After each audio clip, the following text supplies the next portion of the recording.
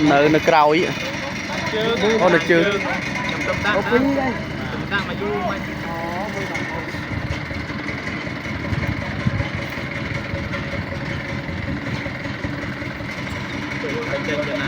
hả tam đấy trường tang đây đặt chân tang cái môn này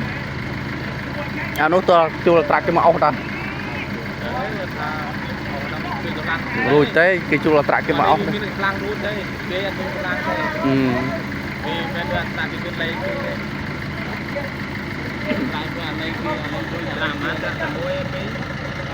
đắng nhà mơ cái nâng mùi phí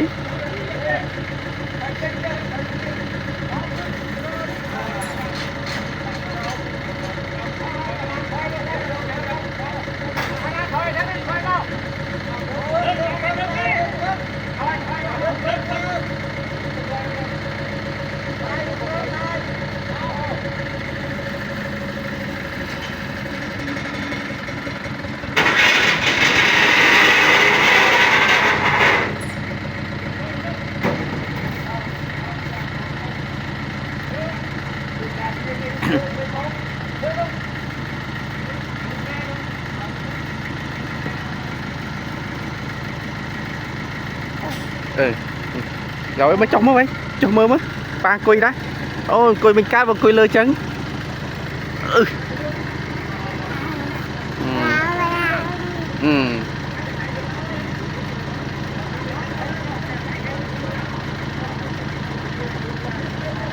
ôi à con prop này vậy nụ cái lượng làng nó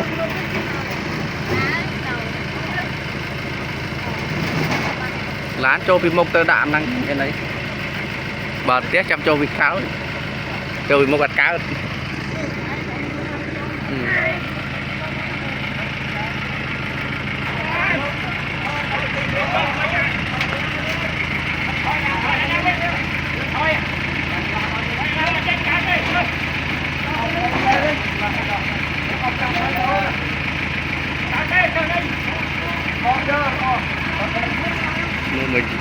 làm tiền